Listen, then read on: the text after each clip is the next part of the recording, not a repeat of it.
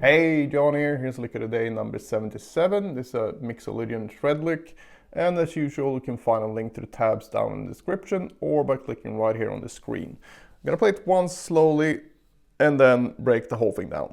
So we started on the 12th fret of the low E string.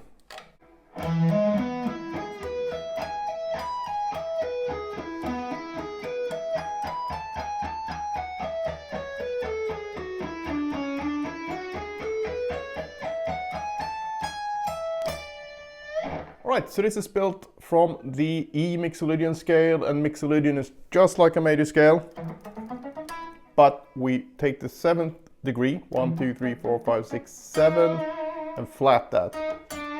So it becomes more of a dominant sounding scale. So it works great over an E7, for example, or the actual E Mixolydian mode. So with that said, I'm gonna just show you the first arpeggio here. It's just an E major arpeggio, 6-string arpeggio. So it's based on this 6-string bar chord basically, but we add, so we have that at the 12th fret, and you really should know that. So if you don't know this shape, pause this video, go Google E bar chord, or just a bar chord with the root of a 6th string. So you have that shape, and then you add the 16th fret on the low E string and the high E string. So we just go up like this. The way that I pick this is down, hammer, down, down, down, down, down, up, pull off. Then we move up to the next inversion, and this is going to be a 5-string sweep. So we move up to 19. So we're going to have 19, 16, 17, 16, 18, 19, and then 14. And that's basically the shape, and then you're just going to go back up again. So we have up, pull off, up, up, up, up, down, hammer, down, down, down, down, and then we're going to add the 4th here. So we're going to go 19, 17, 16, up, down, up. And if you do everything correctly, you should end up on the 17th fret with your pinky with a downstroke. And from here, we're just going to go down 2 descending groups of 6. So 1, 2, 3, 4, 5, 6. And now this is where the Mixolydian scale comes in. So we have 17, 16, 14 on the E string, and then we have 17, 15, 14 on the B string. And this 15 is the flat 7, so it gives us that Mixolydian sound. So then we have 16, 14, 13 on the G string, and 16, 14, 12 on the D string. So we have shift down to the 11th fret, and we're going to go up 11, 12, 14, 11, 13, 14. And then we have another ascending group of 6 here from the 12th fret of the B string, which is the 5th of the scale. So we got 12, 14, 12, 14, 15, and then finally 12, 14, 16, and then we land on 17. So we go, and from here we're gonna go.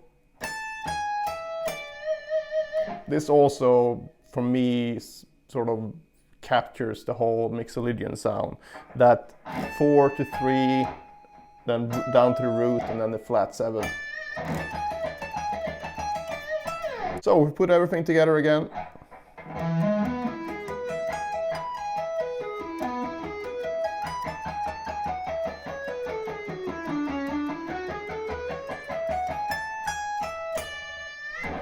Alright, so practice-wise, if you're not used to sweeping, this 6-string arpeggio might be a bit of a challenge for you, especially since we have the barring things between the A and the D string and the B and the E string. The key to barring though is to make sure that you also help with the wrist. It all depends on how much you can do this with your finger. So and it doesn't mean that if you can't do a lot of this sort of bending motion, You don't really need to. You can just adjust with your wrist. So you basically push your wrist back and forth like this. So it's more of a timing thing again. And above all, just try to be really relaxed when you start working on this, because usually what happens is that we try to control it, then we really like tense up and do stupid things. So don't do that. Pull back a lot. So that could be a great exercise just to work on that, going up, back and forth. So and obviously starting lower down on the fretboard.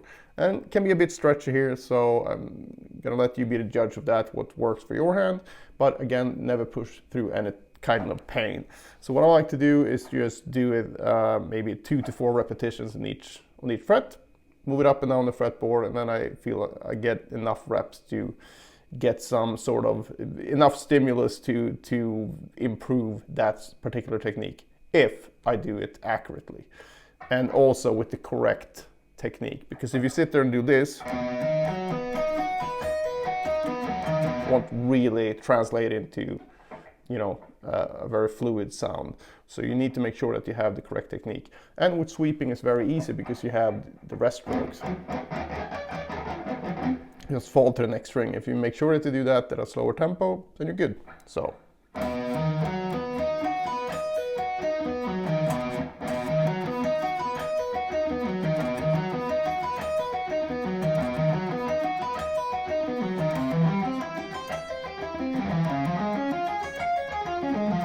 Like I said, I usually do 2 to 4 repetitions, depending on how much time I have to practice.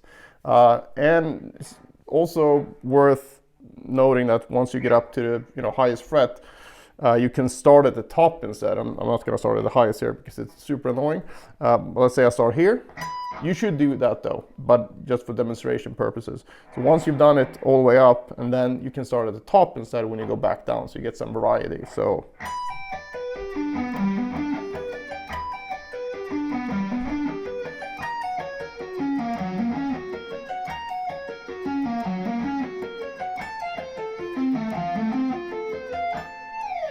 And so on. And for the picking thing, a great thing to work on here is just to do this thing over and over again.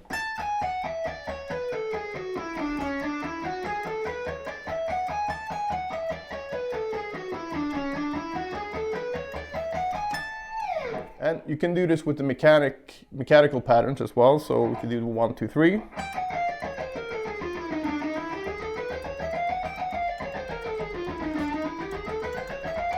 1, 2, 4, and 1, 3, 4, and no one's favorite 2, 3, 4. And besides that, also do it diatonically and change string groups. You can do all kinds of things here. So the only thing you need to keep in mind when you do this type of stuff for it to translate to the original line is to make it structurally the same. So in this case we have 4 adjacent strings and we go down 2 groups of 6 and then we ascend 2 groups of 6. But you could do that, I mean you could start on any scale and just go.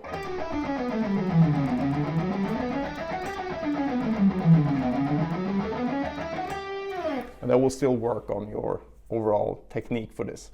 But I like the mechanical approach and then the diatonic approach, and you have so many opportunities for getting really good amount of reps in when you do that. So that is just about sitting down and doing the work. Right, that's it for this one. If you have any questions, just let me know in the comments below. Otherwise, I hope you enjoyed this one and see you in the next one.